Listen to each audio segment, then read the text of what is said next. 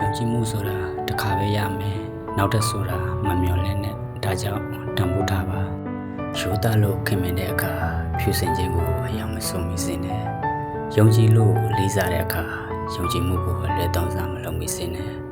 တိတက်လို့ကိုကြီးတဲ့အခါစေတနာကိုမစော်ကားမိစေနဲ့နားလေလို့ခွင့်လွတ်တဲ့အခါတိခံမှုကိုအတိုင်းအတာမကျော်မိစေနဲ့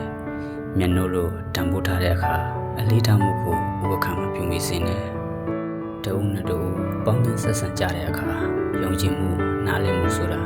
လွယ်လွယ်နဲ့တိဆောက်လို့မရတဲ့အတွက်အခြေအနေအမျိုးမျိုးနဲ့အချိန်ကားတွေကြည့်ပြီး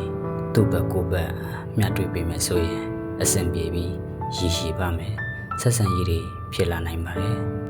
မနာလိုစိတ်ဆိုတာတိတ်ကြောက်ဖို့ကောင်းတယ်မနာလိုစိတ်ရှိတဲ့သူနဲ့မရှိတဲ့သူဆိုတာမျက်နှာမှာတယ်အရန်ကွာတယ်လာတာမလာတာထက်အေဂျင်တာနဲ့ပူလောင်တာမှာတည်တလွန်တယ်ဘယ်လိုပဲဟန်ဆောင်နေပေမဲ့ခန်းစားချက်အစင်မှန်ကိုတော့ဖုံးကွယ်လို့မရပါဘူးအထူးသဖြင့်မျက်နှာမှာပေါ့မျက်နှာလေးကဘယ်လောက်ပဲလာနေပါစေမကောင်းတဲ့စိတ်တွေဝင်လာရင်အကြည့်တက်တွေပျော်ဆုံးပြီးရုပ်ဆိုးသွားတတ်တယ်မနာလိုစိတ်ဆိုတာကောင်းတဲ့အရာတစ်ခုမဟုတ်လို့မမွေးမြူတာအကောင်းဆုံးပါပဲကိုယ့်ထက်သားတဲ့တော်တဲ့သူတွေတွေ့တဲ့အခါချီကျူးသိရင်တော်တယ်လို့ရဲချီကျူးလိုက်ပါအားကြသိရင်ပွန့်ပွန့်လင်းလင်းအားကြပြစ်လိုက်ပါစိတ်ထဲမှာကြိတ်ခံစားပြီးကိုပူလောင်မခံပါနဲ့သူလည်းသူ့ဘဝနဲ့သူကိုလည်းကိုဘဝနဲ့ကိုပါသူကကိုယ့်ထက်သားနေလို့သူ့လိုဖြစ်ချင်ရင်သူ့လိုလည်းကြိုးစားပါသူ့လိုဖြစ်အောင်လုပ်ပါကိုလည်းဖြစ်လာနိုင်ပါတယ်ကိုပိုင်ဆိုင်ထားတဲ့ဘဝလေးကိုအေးအေးချမ်းချမ်းနဲ့ပျော်ပျော်ရွှင်ရွှင်ဖြစ်တတ်ခြင်းနဲ့ဆိုရင်ကိုမှမကောင်းတဲ့စိတ်တွေအည်အသေးတွေမရှိနေမှဖြစ်မှာပါအများကြီးမဟုတ်ရင်တောင်ပြေဝတဲ့စိတ်ဓာတ်လေးတော့ရှိအောင်ကြိုးစားပါ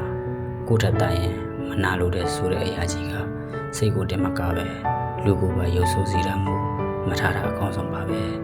ကိုယ်စိတ်နဲ့ကိုပူလောင်မခံပါနဲ့ရုပ်ဆိုးမခံပါနဲ့လှအောင်ပဲနေပါ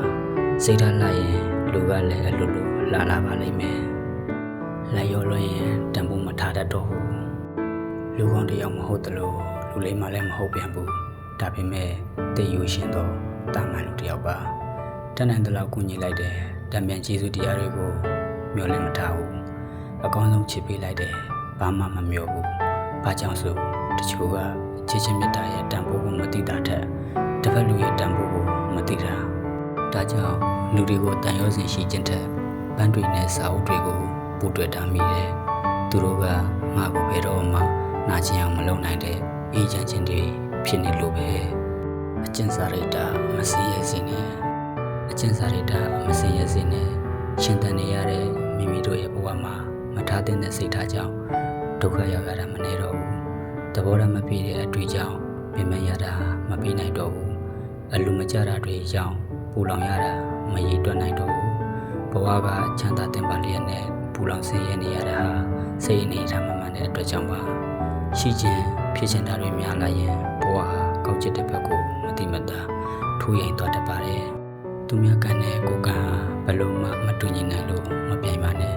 ကိုနဲ့တန်တဲ့ဘဝကိုရနေတာဖြစ်လို့လက်ခံကျင့်နေပြီးတော့နေထိုင်ပါဘဝအနေဆင်းရဲတာတဲ့အကျင့်စာရိတ္တတွေမချမ်းသာကကိုမှဘူတိကိုက်ဆင်းရဲနိုင်တဲ့အတွက်မိမိရဲ့စိတ်ရည်တွေဟာသူများထက်မညံ့အောင်ကြိုးစားပါ